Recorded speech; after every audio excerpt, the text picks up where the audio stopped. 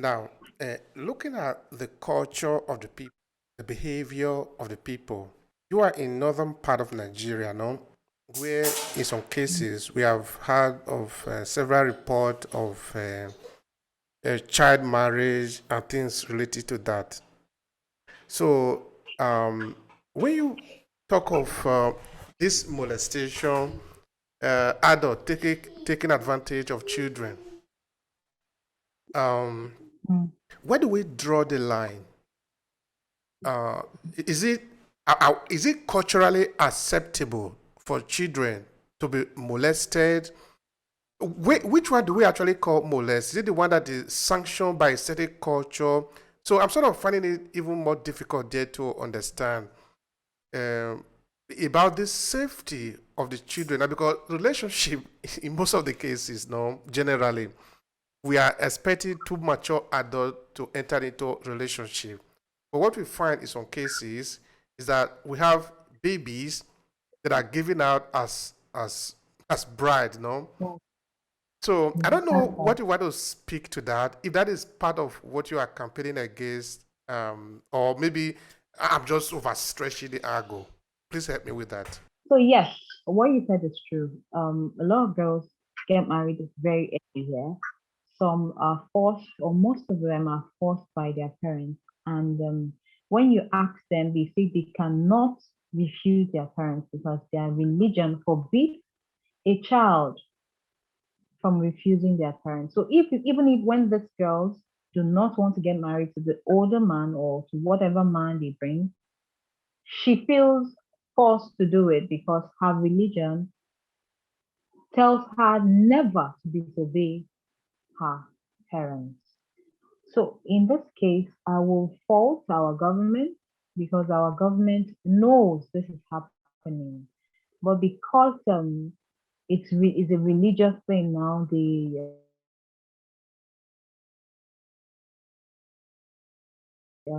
tend to ignore or fortunate. So when I go to the schools, I encourage the children, especially the girls. I tell them they can decide whatever happens to their bodies. Even if protecting themselves means disobeying their parents, they should go ahead. I encourage them, I tell them there are organizations willing to help them.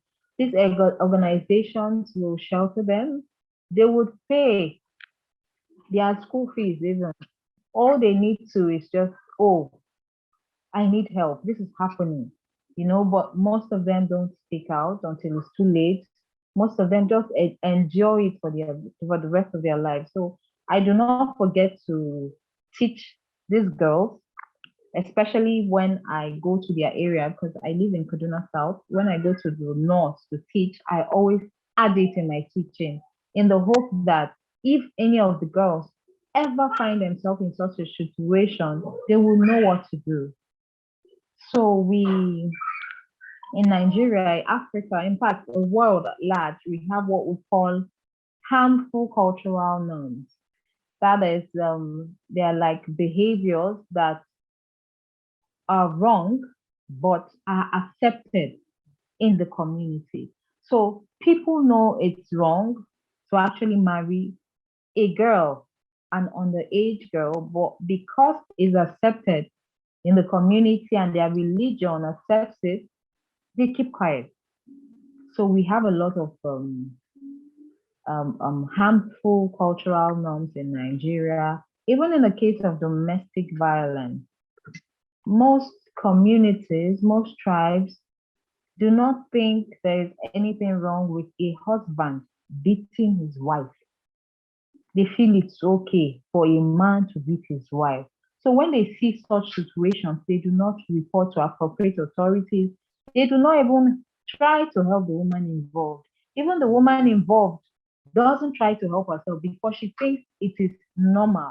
Her parents told her to obey her parents. Her parents told her to beg her husband anytime she does wrong, or even when he's angry with her, even if she doesn't do anything wrong. So she has been brainwashed from a young age to accept these false teachings because of harmful cultural norms. So it's actually a big problem And it's not just enough that we sensitize, we're doing sensitization. The government has to step in. The government has to set laws to implement, to help curb this, because there has been a rise in the cases of domestic violence in Nigeria. It's like every month or many times a month we hear, okay, a woman died, her husband killed her, her husband stabbed her, husband shot her. We are always hearing cases. The recent one, was in Achi, they said her husband beat her to death. But she couldn't even complain to the doctor when she went to the hospital. She couldn't even tell the doctor what was exactly wrong with her. And unfortunately, she died. She died. So we have a lot of these cases, and I feel our government, our religious leaders, and community leaders have a part to play to curb it. Mhm. Thank you so much for that. Yeah, that is true. It's a responsibility for everyone, because, of course, children are raised at home before they go outside to become individual. They are part of the family. So the family have a role. And when the children get outside then and begin to operate, of course, there are laws that need to be in place to intervene in case there is any danger. This is very important. Okay, now say a family or maybe a child report a threat. The number that you are distributing around to call, they call the number. What eventually happen when maybe the victim is, this case is caught? What is usually the punishment? I mean, what happened? Help us break down the process. You mean, let's say a child was almost sexually abused and the perpetrator was caught. Is that what you're asking? Yeah, yeah, exactly. Or maybe the child has been abused already. Now, because of this training that they are undergoing, they know who to call. They call this number and the suspect is arrested. I want you to tell me the process. What happened eventually to conclude the case? Okay, first, the child is taken to the hospital. So this test, HIV test, sexually transmitted disease, all those tests um, are, are are done to ensure the child is not infected. And then, of course, the child undergoes different counseling sessions. And the day the child is brought in, their the clothing, the pants, and all of that are kept. They are like they will be used in court. So all those things are evidence that will be used in court. If when the man himself has a case, there's a lawyer, pro bono lawyer assigned to the child that will take up the case, and a court case will be started as soon as possible.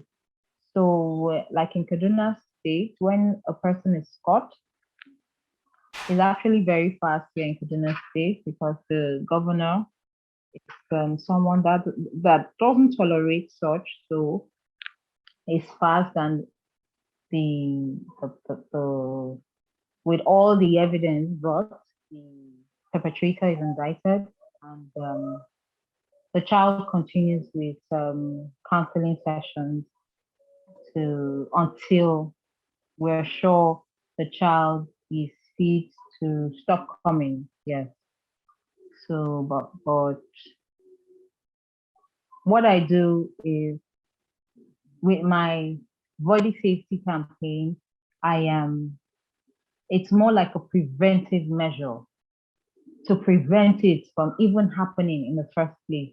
That is my goal, to prevent it from happening in the first place. So we do not want this thing to happen to the child because it destroys lives. It's like a psychological trauma that lingers for too long in the child's life. So my goal is to stop it from happening. My goal is to prevent it from happening.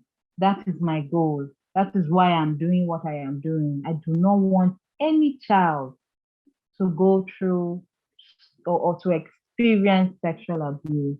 So my goal, my aim is to prevent it from happening. That's why I do all this teaching, so that the children would know harmful situations, would know what to do in harmful situations, and hopefully they will be protected. Hopefully this, because of all they have been armed with, will not happen to them.